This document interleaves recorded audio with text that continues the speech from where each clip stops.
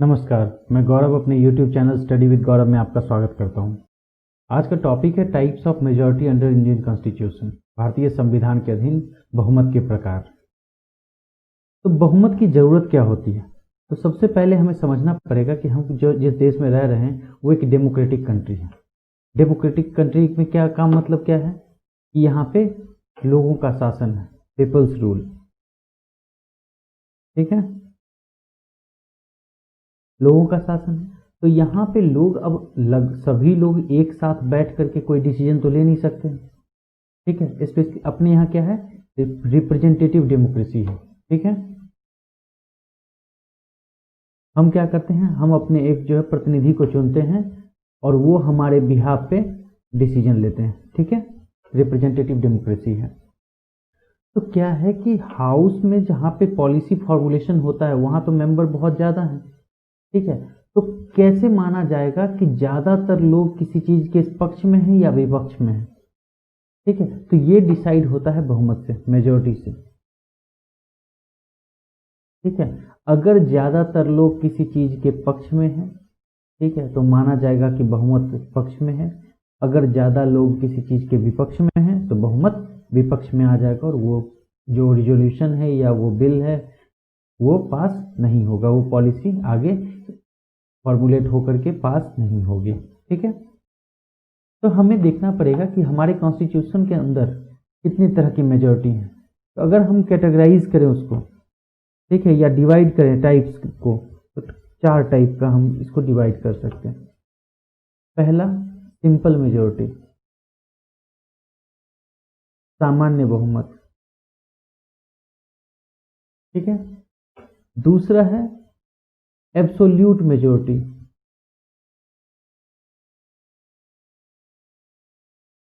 पूर्ण बहुमत। तीसरा है इफेक्टिव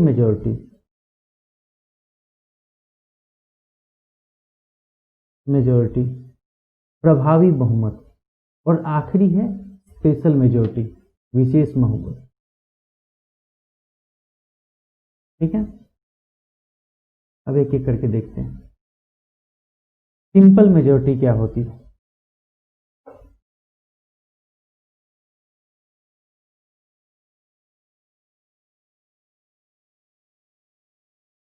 अब ये जितनी हमने टाइप्स ऑफ मेजॉरिटी, ये टाइप जो डिफरेंट कैटेगरीज में हमने बांटा है उसका बेसिस क्या है? तो सिंपल मेजॉरिटी कहता है कि majority of member present and voted,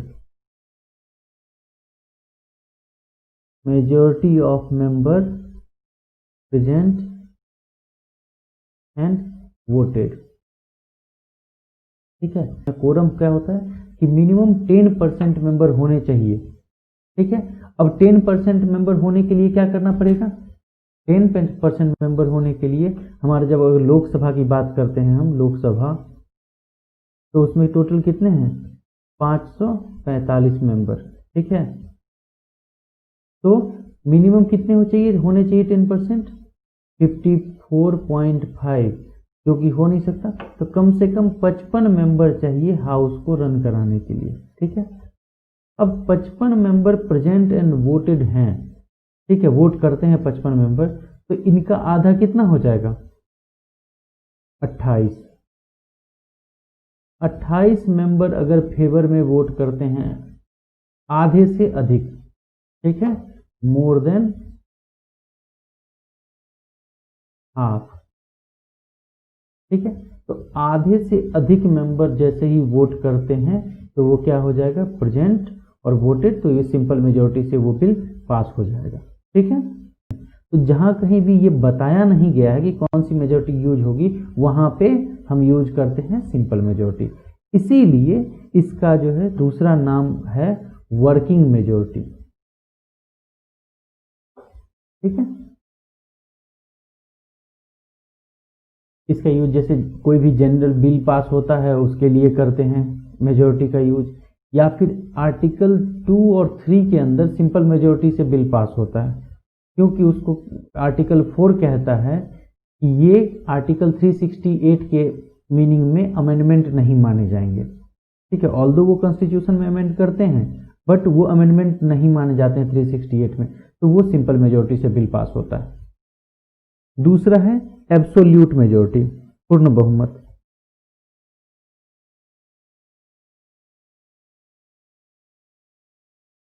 ठीक है, पूर्ण बहुमत का मतलब क्या है? Majority of the strength of the house.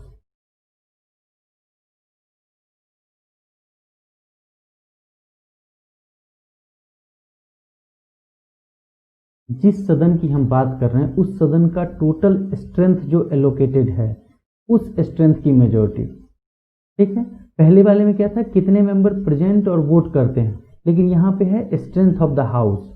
उदाहरण के लिए 545 मेंबर लोकसभा में है, ठीक है, और 545 में से बिल को पास होने के लिए आधे कितने हो जाएंगे, 272.5, ठीक है, प्लस 1 273.5। तो मिनिमम अगर 273 मेंबर हो जाते हैं किसी बिल के फेवर में तो ही बिल पास माना जाएगा। तो एब्सोल्यूट मेजोरिटी का मतलब होता है कि पूरा स्ट्रेंथ ऑफ द हाउस है उसकी मेजोरिटी। ठीक है, नेक्स्ट आते हैं इफेक्टिव मेजोरिटी, प्रभावी बहुमत। इफेक्टिव मेजोरिटी, इफेक्टिव मेजोरिटी क्या होता है? तो majority of the present strength of the house, majority of present strength of the house.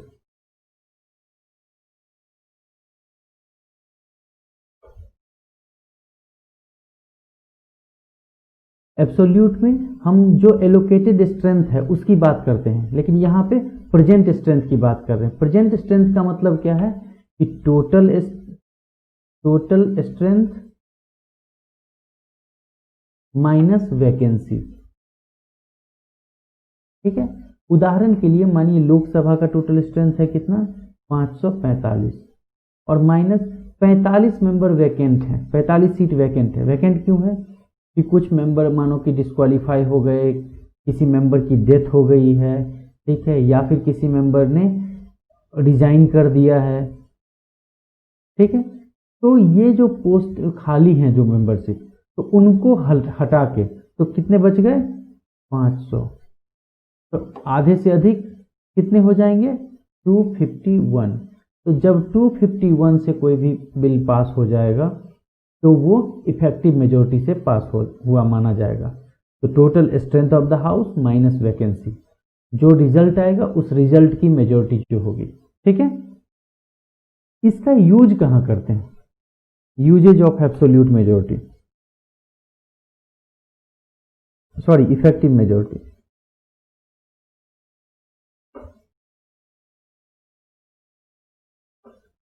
Effective majority का यूज होता है, पहला पैसेज ऑफ रिजोल्यूशन,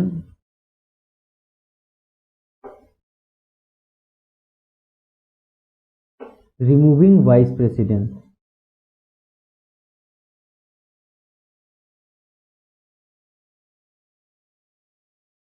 इन राज्यसभा।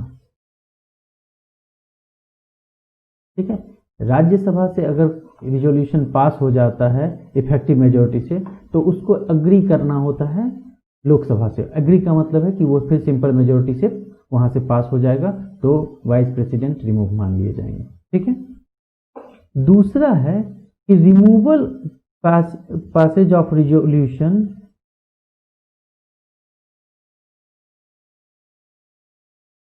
और रिमूवल ऑफ प्रिजाइडिंग ऑफिसर।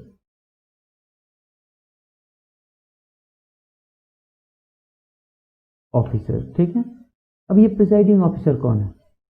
ठीक है, तो जब हम लोकसभा, ठीक है, Lok Sabha and state legislative assembly की बात करते हैं, विधानसभा। ठीक है, तो इनके केस में स्पीकर एंड डेप्यूटी स्पीकर होते हैं, स्पीकर एंड डेप्यूटी स्पीकर, ठीक है। और दूसरी तरफ जब हम राज्यसभा की बात करते हैं या फिर लेजिस्लेटिव काउंसिल की बात करते हैं, स्टेट में विधान परिषद की बात करते हैं, तो वहां पे क्या होते हैं, राज्यसभा का एक्स ऑफिशियो चेयरमैन होता है आपका वाइस प्रेसिडेंट।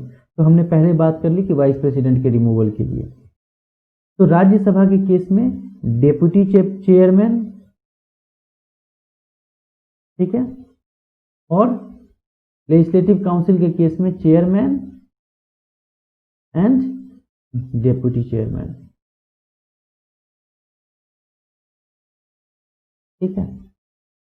अब जो लास्ट टाइप का मेजॉरिटी है जो है स्पेशल मेजॉरिटी, ठीक है।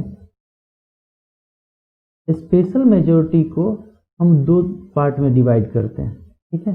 एक है आर्टिकल 368 जो कॉन्स्टिट्यूशन का दिया हुआ है, ठीक है, उसमें एक स्पेशल मेजॉरिटी मेंशन्ड है,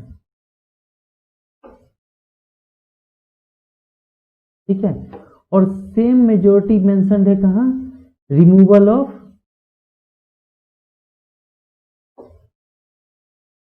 जजेज of supreme court and high court, ठीक है, इंक्लूडिंग चीफ जस्टिस। उसके बाद removal of chief election commissioner and CAG, ठीक है। तीसरी जगह मेंशन है जहां पे लिखा हुआ है कि स्टेट लेजिस्लेटिव असेंबली, ठीक है, रिजोल्यूशन फॉर क्रिएशन और एवोल्यूशन ऑफ लेजिस्लेटिव काउंसिल,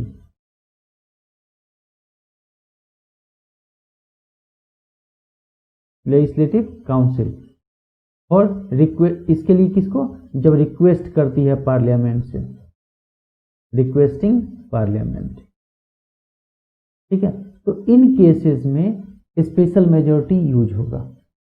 और एक दूसरा स्पेशल मेजॉरिटी है जो कि यूनिक है अपने आप में, वो है आपका आर्टिकल 61 के अंदर, ठीक है। अब आते हैं कि जो स्पेशल मेजॉरिटी है उसमें क्या है। तो स्पेशल मेजॉरिटी में दो कंडीशन सेटिस्फाई होने चाहिए।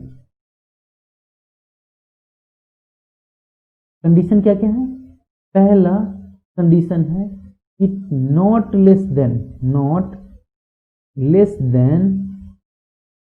2/3 मेंबर प्रेजेंट एंड वोटेड,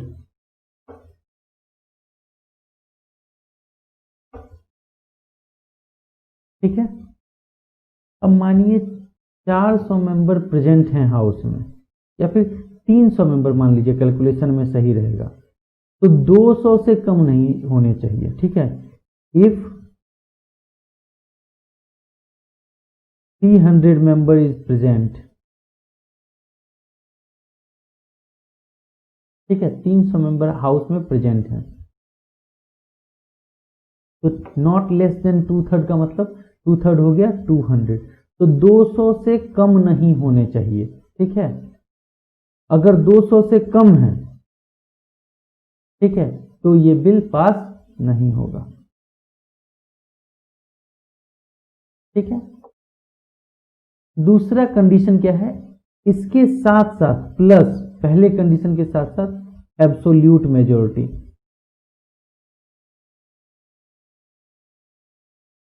अब लोकसभा की बात हम कर रहे हैं क्योंकि 300 मेंबर तो राज्य लोकसभा में ही हैं, 545 मेंबर हैं, 300 मेंबर प्रेजेंट और वोटेड हैं। लेकिन एब्सोल्यूट मेजॉरिटी के लिए कितना है, 273 मेंबर का जो है यहाँ पे सपोर्ट होना चाहिए, क्योंकि आधे से अधिक एब्सोल्यूट मेजॉरिटी में ये होंगे। अब हम देखते हैं कि यहाँ पे मेंबर जो है सो 2/3 मेजॉरिटी में मात्र 200 मेंबर जो है सो वोट करते हैं, ठीक है। तो 273 से कम है, इसलिए ये पास नहीं माना जाएगा, ठीक है। तो पास होने के लिए कितना होना चाहिए, तो अगर मानिए कि 545 मेंबर है, तो 545 में से अगर 500 मेंबर हाउस में प्रेजेंट हैं, तो 500 मेंबर का 2/3 कितना हो जाएगा, 500 इंटू 2/3, सॉरी 500 टू 2/3, तो 2/3 हो जाएगा कितना, 333 अपॉन, हाँ 333 मेंबर हो जाएंगे, ठीक है। या फिर इसको ले लीजिए आप 334 मेंबर, ठीक है। 334 मेंबर वोट करते हैं फेवर में किसी चीज के, ठीक है। और ये देखिए कि 545 जो हमारा स्ट्रेंथ है उसका 273 होता है मेजोरिटी एब्सोल्यूट वाला, ठीक है। और ये स्ट्रेंथ जो 334 जो है 334 दैट इज ग्रेटर देन 373, तो दोनों कंडीशन सेटिस्फाई हो रहा है, तो ऐसे केस में बिल पास हो जाएगा, ठीक है। ये है एब्सोल्यूट मेजोरिटी। तो आर्टिकल 368 के प्रोवाइजो में एक और कंडीशन दी गई है, उसमें दी गई है कि कुछ आर्टिकल्स मेंशन किए गए हैं, जैसे कि आर्टिकल 54 और 55 इलेक्शन ऑफ प्रेसिडेंट, ठीक है। आर्टिकल 73 दिया हुआ है, आर्टिकल 162 दिया हुआ है। तो इन सब में अगर कोई चेंज करना हो, या फिर जैसे जुरिस्डिक्शन ऑफ हाई कोर्ट और सुप्रीम कोर्ट चेंज करना हो, या फिर 7th शेड्यूल में जो लिस्ट दिया हुआ है उस लिस्ट में कोई चेंज करना हो, तो ऐसे केस में स्पेशल मेजोरिटी के साथ साथ 50% स्टेट का रेटिफिकेशन भी रिक्वायर्ड होता है। रेटिफिकेशन का मतलब होता है कि स्टेट लेजिस्लेटिव असेंबली जो है वो सिंपल मेजोरिटी से उसको अप्रूव करे। तो कम से कम 50% स्टेट अगर कर देते हैं तो वो चीज़ जो है अमल में आ जाती है, ठीक है। ये कॉन्स्टिट्यूशनल अमेंडमेंट के लिए है जो प्रोवाइजो में दिया गया है, ठीक है। लास्ट जो मेजोरिटी है वो है आर्टिकल 61 के अंदर, और आर्टिकल 61 की क्या बात करता है, इम्पीचमेंट ऑफ प्रेसिडेंट।